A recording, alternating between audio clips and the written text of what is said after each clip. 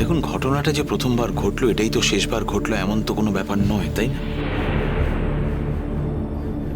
আপনি কি বললেন ঠিক বুঝলাম না। আমিও বুঝতে পারিনি। ইনফ্যাক্ট ঘটনাটা ঘটার আগে আমিও এসব কথা ভাবিনি, কিন্তু যেভাবে কাল আমায় অ্যাকিউজড হতে হলো এ তো ভবিষ্যতে হতে পারে, তাই না? না না না না না না না ওসব নিয়ে আপনি একদম কিচ্ছু ভাববেন না। ও যখন একবার কাগজপত্রগুলো পাঠিয়ে দিয়েছে না, যখন ডিভোর্স পেপারে সাইন করে দিয়েছে, তখন আপনি ধরে নিন যে ডিভোর্সটা হয়েই গেছে।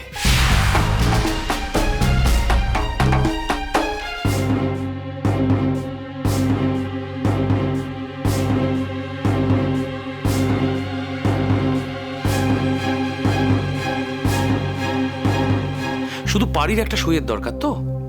পাড়ি ওই সইটা করে দিলেই দেখবেন ও এই প্রেমাইসেসে আই মিন পাড়ির বাড়িতেও জীবনে কোনোদিন ঢুকতে পারবে না। আমি আপনাকে দায়িত্ব নিয়ে বলছি। দেখুন, অমর্ত্য বাবুকে হয়তো আপনি আটকাতে পারলেন, মার্জনা করবেন। আমি এমন একটা কথা বলছি, সেটা শুনলে হয়তো আপনারা রাগ করতে পারেন, কিন্তু কথাটা সত্যি। আপনার বোন বয়সে তো একজন তরুণী। দেখুন, তাকে নিয়ে দেশে বিদেশে গান গাওয়ার স্বপ্ন আমি দেখছি।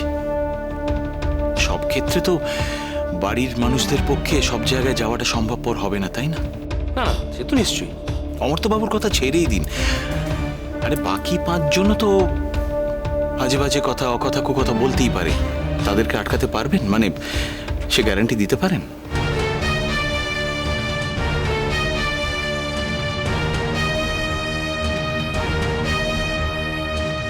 দেখো, পারি একটা অসুস্থ মেয়ে, আর 5 জনের মতো তো নয়।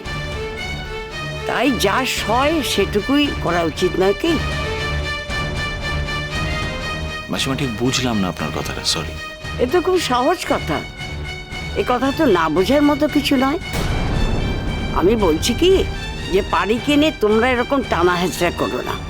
ও বাড়িতে যেরকম গান টান একটু গায় সেভাবেই গাওয়াও। ওর জেঠুরও তাই ইচ্ছে। কি বলছেন আপনি মাসিমা? এত বড় ট্যালেন্ট পারির, সেটা পৃথিবী জানবে না? আসলে এইভাবে তো কখনো ভাবিনি। ওর যে এত প্রতিভা তাই তো জানতাম না। শুধু চেয়েছিলাম যে ও আরো কটা দিন বেশি বাঁচুক। নিচে কথা বলবো নি। আমার মেয়ের যে এত প্রতিভা সে তো অমর্ত্যই বলেছিল।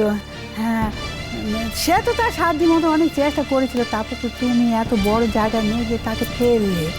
হ্যাঁ, যে এখন বলছো এত জায়গায় জায়গায় গানের কথা, তো সে কি পারবে? তার শরীরে কি পারবে? তাছাড়া তুমি তো এত ব্যস্ত মানুষ, হ্যাঁ, তুমি কি সবসময় তাকে সময় দিতে পারবে? তোমার তো কত জনাকে নিয়ে কাজ থাকে। সেই জন্যই তো আজ কথা বলতে এসেছি মাসিমা। আমি এখন থেকে সারা জীবন ওকেই সময় দিতে চাই, তারই পাকা ব্যবস্থা করতে এসেছি।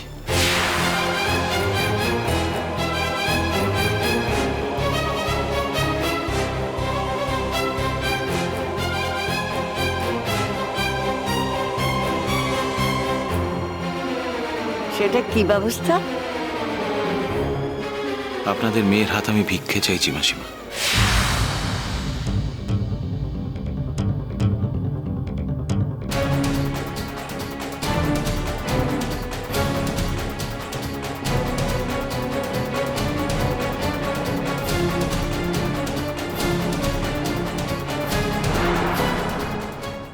এ তুমি কি বলছো? এসব কথা কখনো বলতে আছে?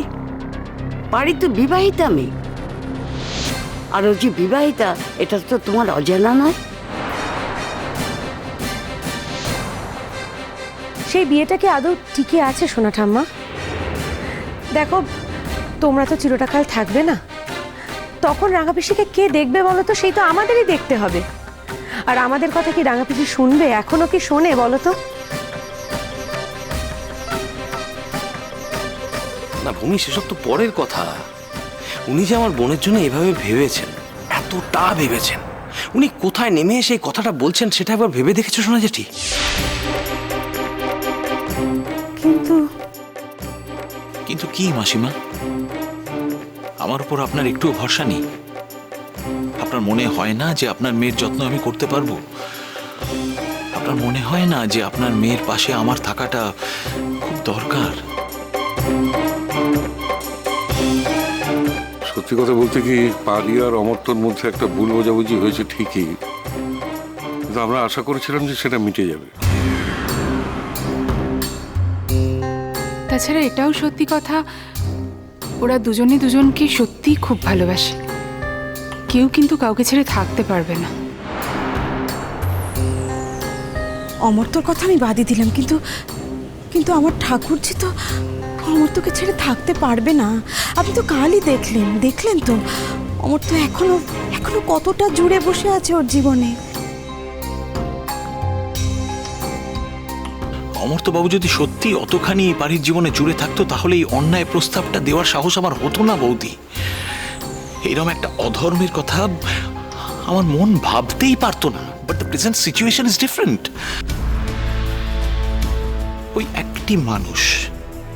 ওই একটি মানুষের জন্যে বাড়ির মতন এত বড় একটা সঙ্গীত প্রতিভা কুড়ে কুড়ে শেষ হয়ে যাবে, সেটা আমি দেখতে পারবো না। আমি আমার বিবেককে কি জবাব দেব বলুন?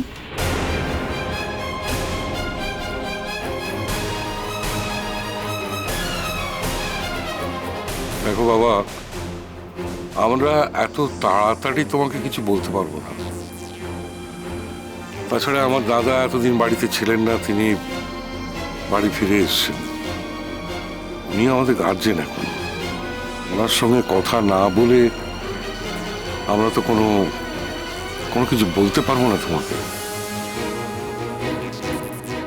একটা কথা আপনাকে বলা হয়নি মেসোমশাই। কালকে পার্টিতে যারা যারা ছিলেন তাদের মধ্যে অনেকে কিন্তু বিদেশে থাকেন। তারাই প্রস্তাব দিয়েছেন যে পারিকে নিয়ে একটা শো করতে হবে বিদেশে, এবং সেটা যত তাড়াতাড়ি সম্ভব। দেখুন, আমি এমনি পারিকে নিয়ে চলে যেতেই পারি,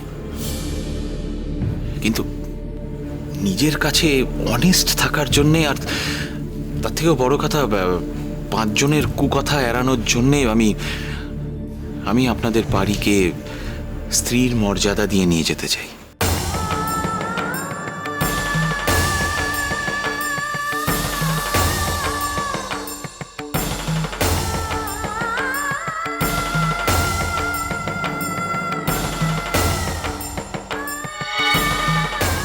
আপনাদের সিদ্ধান্ত যদি কালকের মধ্যে জানতে পারি তাহলে আমার পক্ষে খুব ভালো হয়।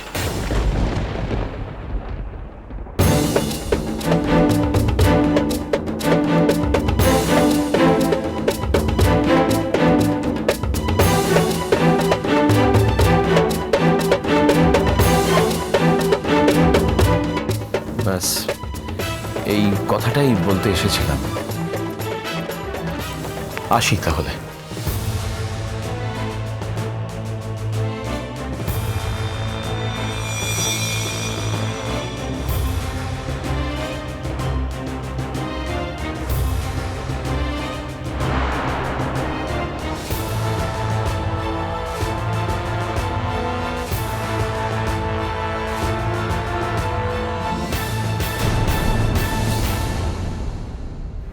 আমি যখন এসেই জোরে কথা বলছিলাম না, তখন দাদুভাই আমাকে বলল যে এত জোরে কথা বলো না, সোনা দাদু কিন্তু এত জোরে কথা পছন্দ করে না। কিন্তু যাই বলো সোনা দাদু, তোমাকে দেখার পর কিন্তু আমার ভয়টা কিচ্ছু পাচ্ছে না। তোমাকে তো আমার ভয়ঙ্কর মনেই হচ্ছে না, সত্যি। তা তুমি একা কেন? জোর আলগা করে এলে যে ভারী, আর একজন কই?